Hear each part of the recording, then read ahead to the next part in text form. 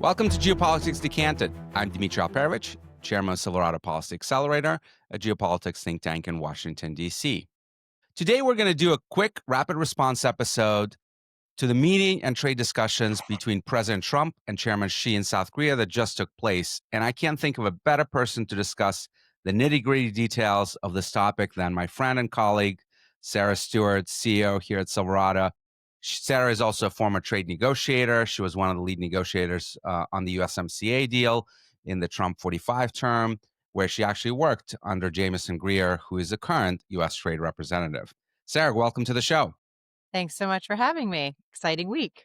Yeah, lots happening here. So let's dive in. So there was a lot of things on the table here. There was discussions that we would relax the export controls on AI chips.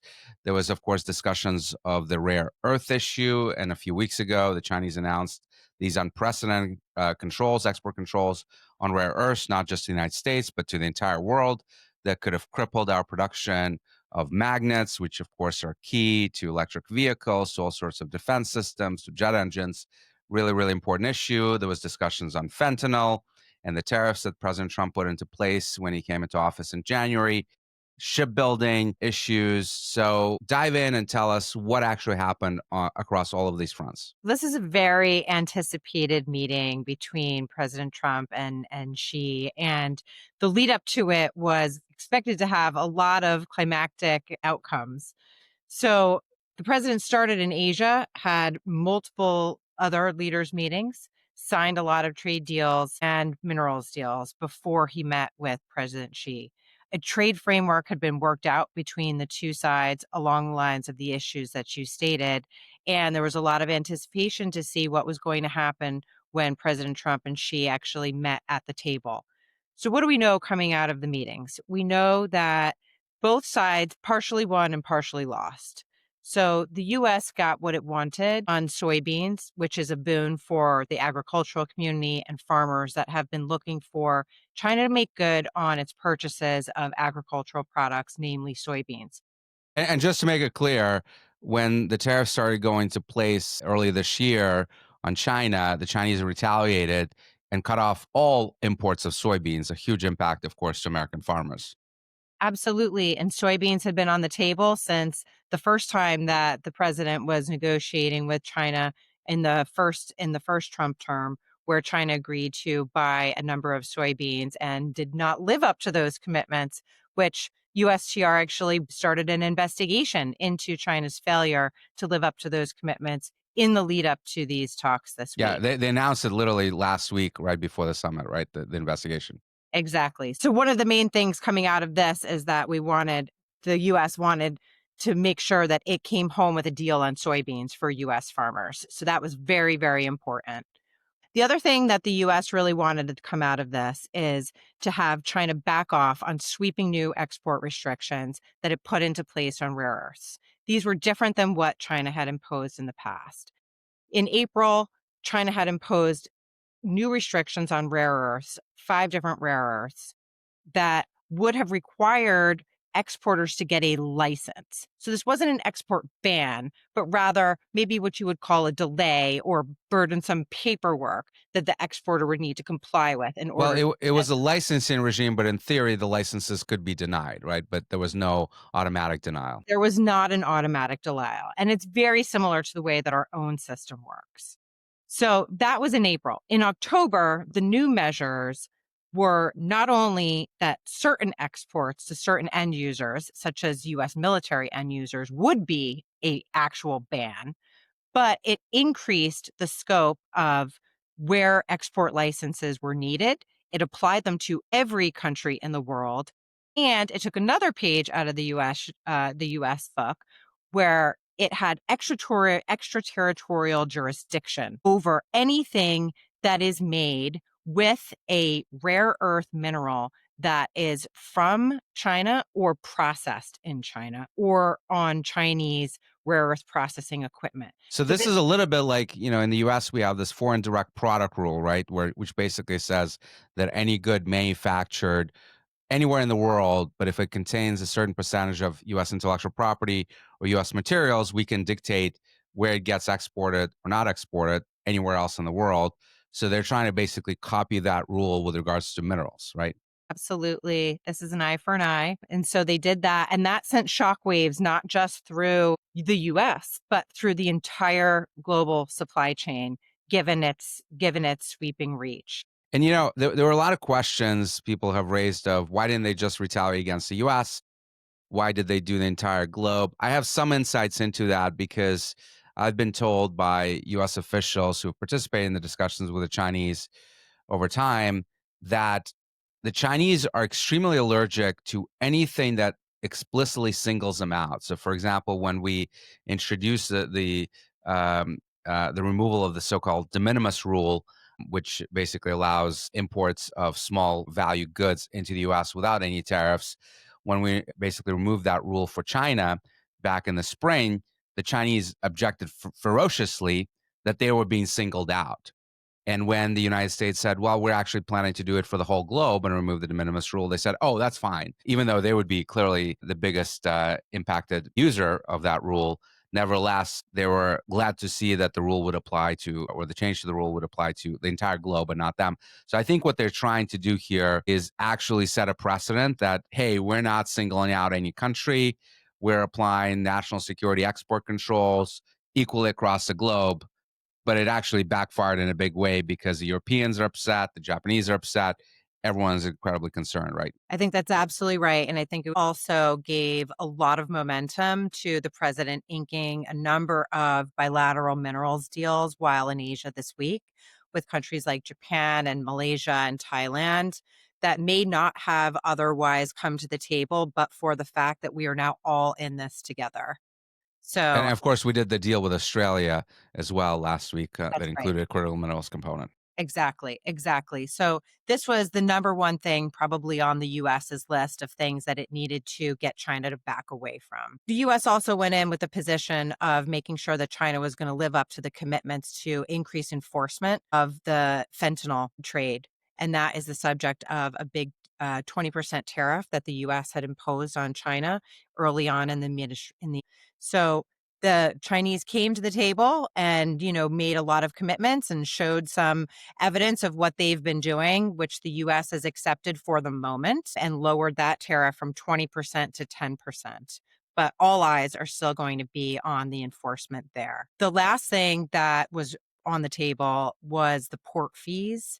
There's a big dispute on Chinese shipbuilding that the US has brought against China. And one of the remedies that the US has imposed is port fees for Chinese vessels. And the Chinese retaliated in kind. Chinese made vessels, right? Chinese made vessels.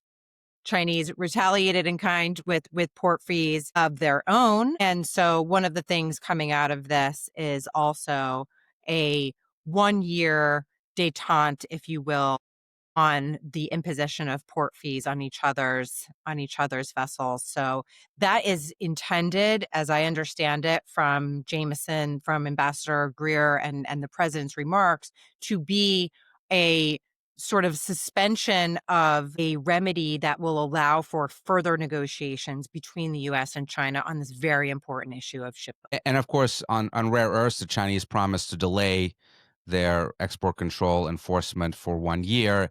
In response, we made a concession too, right? Talk a little bit about that concession. So after China had imposed the rare earth measures a couple of weeks ago, or said that they were going to impose them in short order, the US responded by saying that they were going to include a new 100% tariffs on Chinese exports to the US, which would have been a major escalation. So the US has now agreed that they will also put that in the back pocket for the next year. And essentially, there's a truce following this meeting between the two leaders. But one more thing happened, right? So, in many ways, people believe that the rare earth export controls were in response to a rule that the Commerce Department put out in September, right? Let's discuss that rule a little bit. Yeah, so the Commerce Department in September put out a rule that would add entities to the entity list that's maintained by the Department of Commerce's Bureau of Industry of Security that had 50% or more Chinese ownership. So this would have greatly increased by potentially tens of thousands of new entities being put on the list from China. So let's unpack that. So right now, there are individual Chinese companies on that entities list, which means that if you, as an American company, want to export certain types of goods to that entity, you have to apply for an export control license. And one example of this is, for example, SMIC, right, one of the largest Chinese semiconductor manufacturing companies. But if you're a subsidiary of SMIC, you may not necessarily be on that list automatically. BIS may put you on that list manually, but this rule basically cut through all that process and would have automatically listed any subsidiaries with 50% ownership, right? That's right. And if you're on the entity list, you're not really doing business with the United States. And Because we're not giving those licenses anymore. because I think that that's the important piece. Now, in order to implement the 50% rule, there would have had to have been a lot of resources poured into BIS, and it still would have required, some elbow grease by the workers there. So there would have streamlined some parts of it, but it would still require some work. But now holding it back for the next year is definitely going to be seen by the Chinese as a win. It gives them more time to, regroup and figure out who would have been put on that list, and gives companies in China an opportunity to sort of think through maybe there's a different strategy so that they could avoid being put on that list. Yeah, so you mentioned that this may not be sort of a peace deal for all time, but a truce. And it sounds like basically both sides decided to delay taking certain aggressive actions for 1 year while they see how the implementation goes, but presumably also to buy us time, right? 1 year will be very helpful to US industry on critical minerals, for example, to try to decouple from China as much as possible, to invest in our own processing and refining. In my book, I talk about this company, MP Materials in California, that has a rare earth mine that you and I actually visited last year that extracts 15% of the world's rare earths and is increasingly processing and refining that on site. They're setting up a magnet facility, manufacturing facility early next year. So a lot of things are in motion. Obviously, things we're doing with Australia and other countries as well. So this gives us time. 1 year may not sound like a lot, but it certainly is better than nothing to try to build resiliency in that supply chain sector. But the other side of the coin here is, can we trust the Chinese?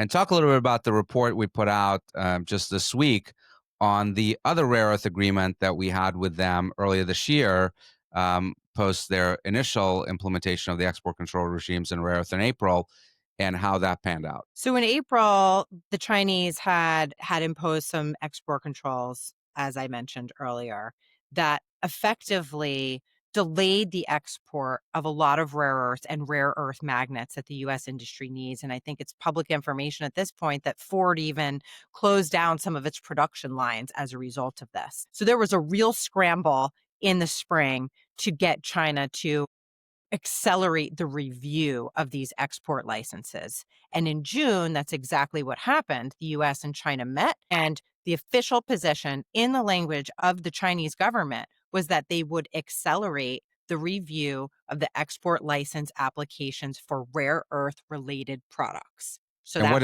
what did our researchers at Silverado find out? so we broke that down to rare earth metals and compounds as well as rare earth magnets. And what we have found since April, despite assurances that these export licenses would be accelerated and that these materials would flow, we have had a resumption of the magnets, but we have not seen any, zero, zero exports of rare earth metals and compounds that are subject to the export controls from China. And this is really important because that is the feedstock that you need for the further downstream product, like a permanent magnet. So they are cutting us off from the feedstock and just giving us the downstream product. While at the same time, the world is believing what China has said in June, which is that they were going to actually be moving these items and allowing that flow to come to the United States. And we have found that, in fact, that is not the case at all. So what they're trying to do basically is make sure that no one else is able to build these rare earth magnets, that the production is going to be in China, right? And they want the rest of the world dependent on Chinese magnets that they could obviously control at some point in the future. That's exactly right. They are weaponizing their key choke point right now, which is the ability for China to dominate in the processing segment. So they have 90% of the global processing on rare earths right now, and they want to keep it that way. So that's what we're seeing. And not just rare earths, but downstream products like magnets. So they're trying to expand their chokehold. And so they lied on rare earth deals in June. We know that previously under Trump one administration, they lied on the soybean purchases commitments in the so-called Phase One deal. We know also that they had lied numerous occasions on the fentanyl issue, where they had made lots of promises under Trump one, under Biden, and now again under Trump two to deal with the precursors. They're going to Mexico and causing this epidemic here in the United States. And, every time things have not gotten materially better as a result of, despite, I should say, of those commitments. So we'll see now if they will keep their word on rare earths, soybeans, and fentanyl issues, unlike the previous times where they have lied and really snookered us. That's right. I think the US has to go into this believing that there is some good faith to these negotiations and to this agreement, but history has shown that that ultimately doesn't carry the day.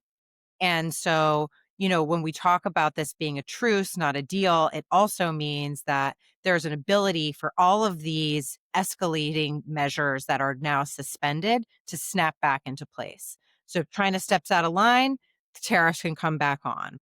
I tell you, Sarah, this reminds me a lot of the negotiations with Putin that have taken place over the course of the year, where Trump pushes on Putin to negotiate over Ukraine.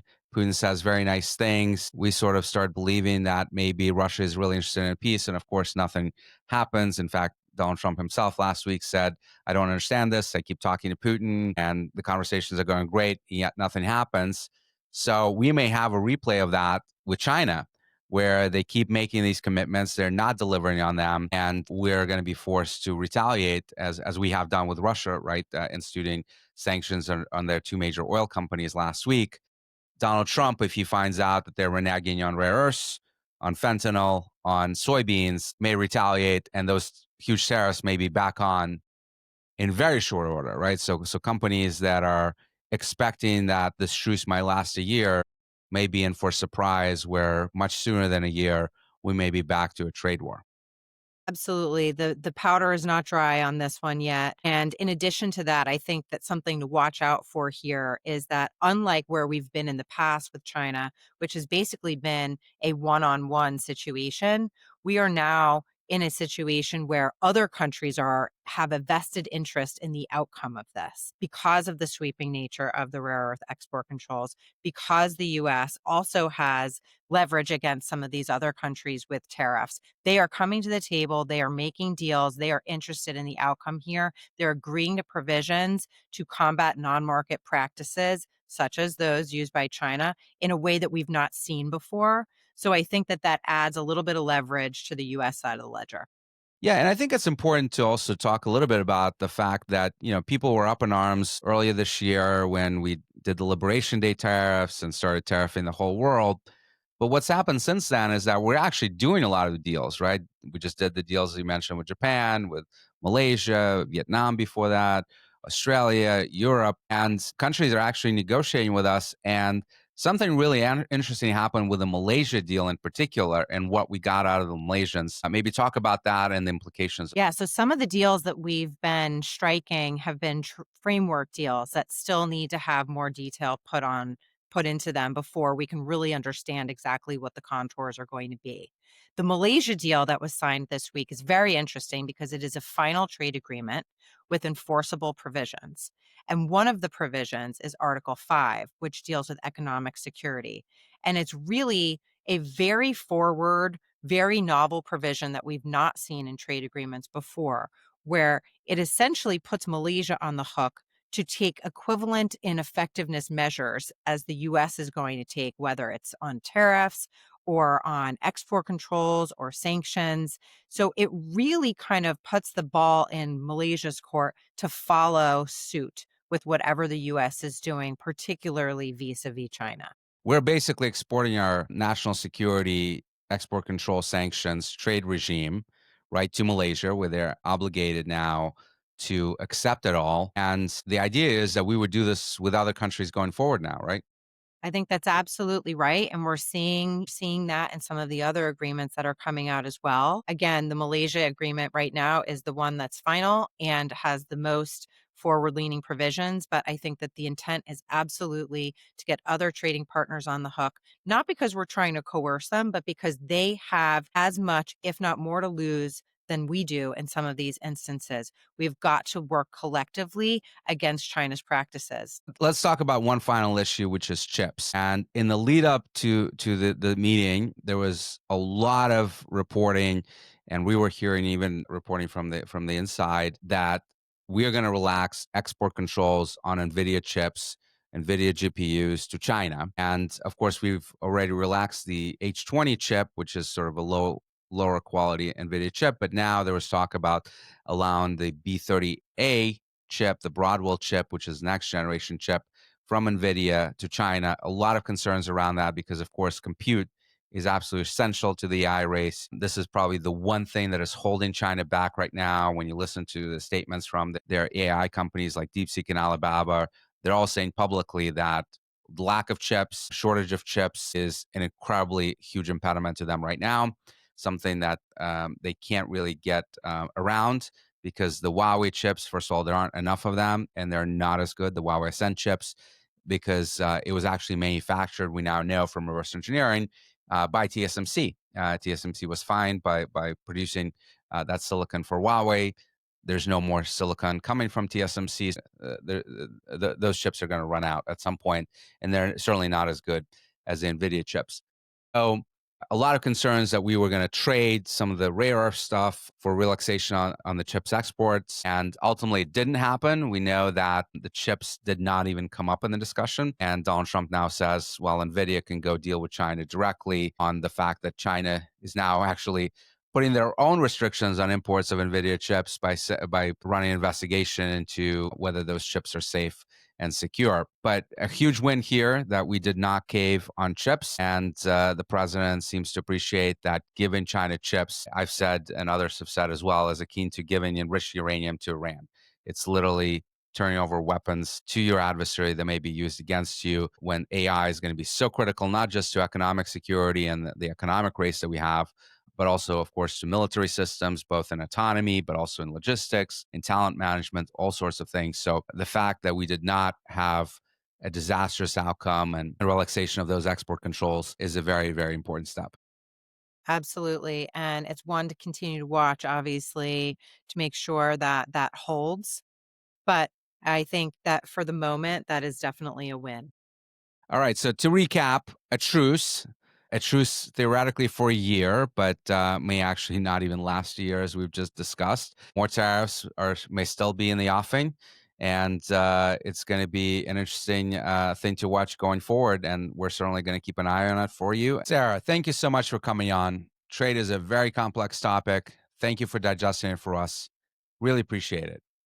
And if you want to dive into more details with Silverado trade experts like Sarah on this and other trade and export control measures, please reach out to us at info@silverado.org. We'd be delighted to talk to you. Thanks, Dmitri.